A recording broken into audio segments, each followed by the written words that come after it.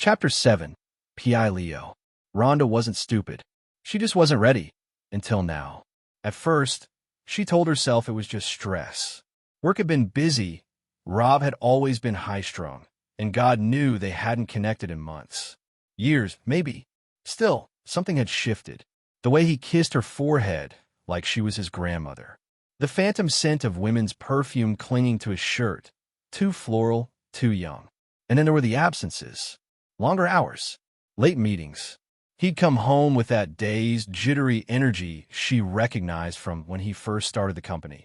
Only now it didn't come with ambition. It came with cheap cologne and a vague, cold-blooded detachment. Last week, she'd texted him, dinner, and he replied 4 hours later with a thumbs-up emoji. A thumbs-up emoji. From a man who used to write her love letters on hotel stationery. She started paying attention, watching the way he lingered near his phone. The way he tucked it face down like a poker player hiding a bad hand. The way he showered the moment he got home, like guilt might wash off with enough steam and soap. One night, after he passed out snoring with his back to her, she unlocked his phone with his birthday. She got in. She felt both triumphant and disgusted. He'd recently cleared his messages. All of them. Texts, emails, call logs, wiped. Like a man laundering not just his clothes, but his soul. She sat in bed for an hour, staring at the ceiling. Then she Googled discreet private investigator Bay Area. The next morning, she called a man named Leo. His voice was gravelly, efficient, and not particularly warm, which suited her fine. "I need some clarity," she said, trying to keep her voice even. "On my husband. His name is Robert. He owns a firm downtown. I think he's having an affair with someone at his office." Leo didn't ask for backstory. Just details. "Photos if you have them," he said. "Schedule.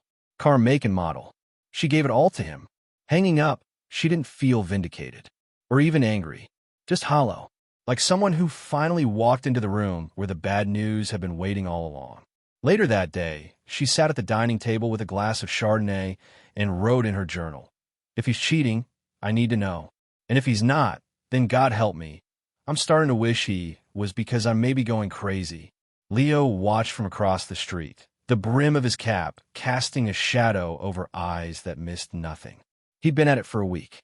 A few late nights, a stakeout in a Hyundai with cup holders full of red vines, and a single deeply unfortunate coffee from a gas station that might have violated Geneva Conventions. Robert Sandler's habits were frustratingly boring. Office, gym, apartment, office. The apartment wasn't unusual, because often executives had a secondary apartment, a place to crash, or other reasons. Occasionally, he'd duck into a cafe, always alone. He looked more like a man slowly dying of boredom than a cheating husband. Then came Thursday. Same suit, same car, same dead-eyed stare.